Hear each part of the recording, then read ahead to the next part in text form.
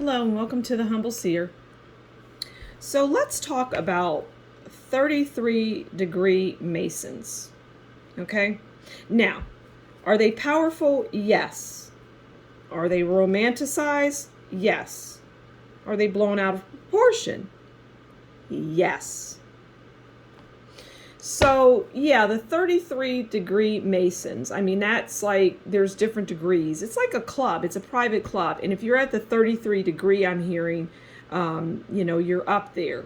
But that's not necessarily true. You could be, because things are compartmentalized. And I'm hearing that back in the day, they had, like, I'm looking at what I'm seeing is black and white. So that far back. Back in the day, they had wielded more power and they were deep underground, and people really didn't know a whole lot about them and what they did. And they're in the world, they're in the finance world, they're in the political world. And do they exist? Yes, still to this day, absolutely.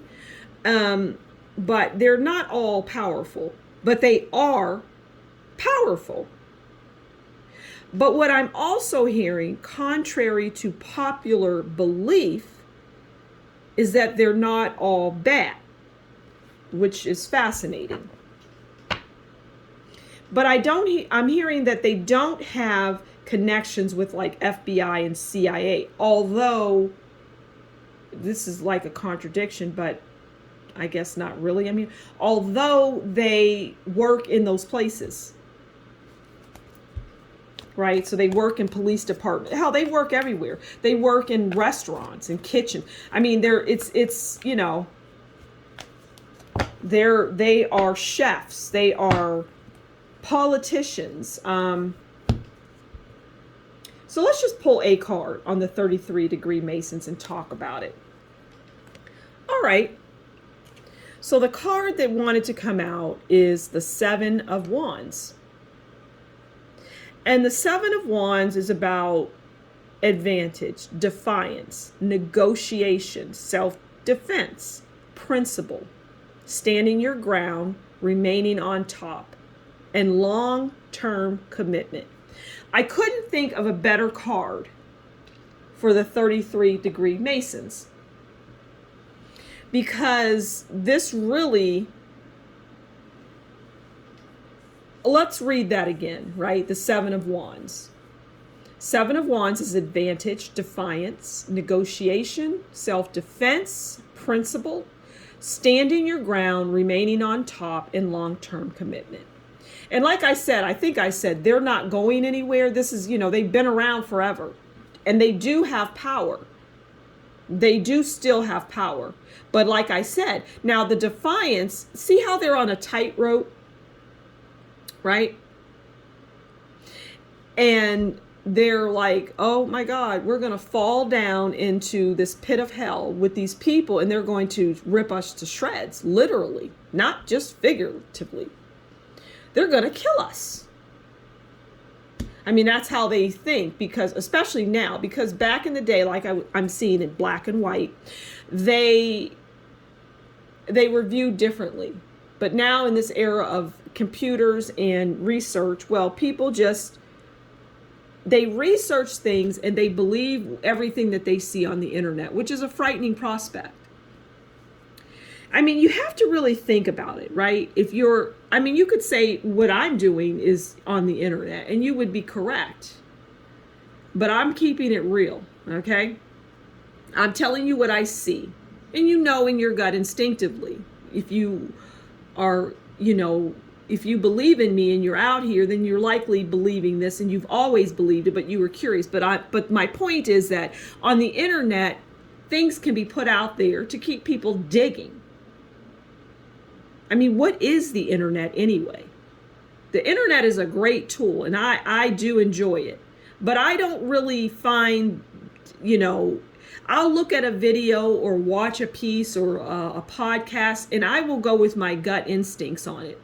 But there's so much information on the internet that's garbage, and it's designed for people diggers and people that are trying to that live in that negative world and believe that everything 33-degree Masons are bad people.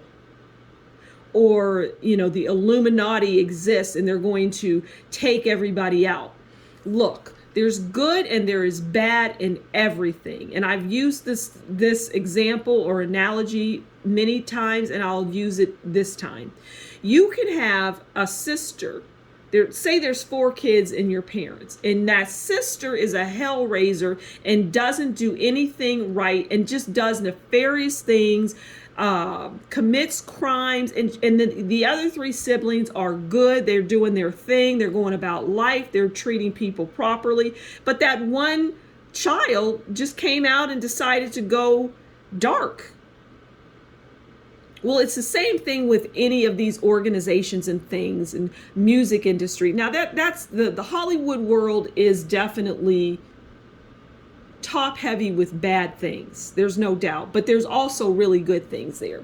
Music, same thing. There's great music out there. You just have to discern.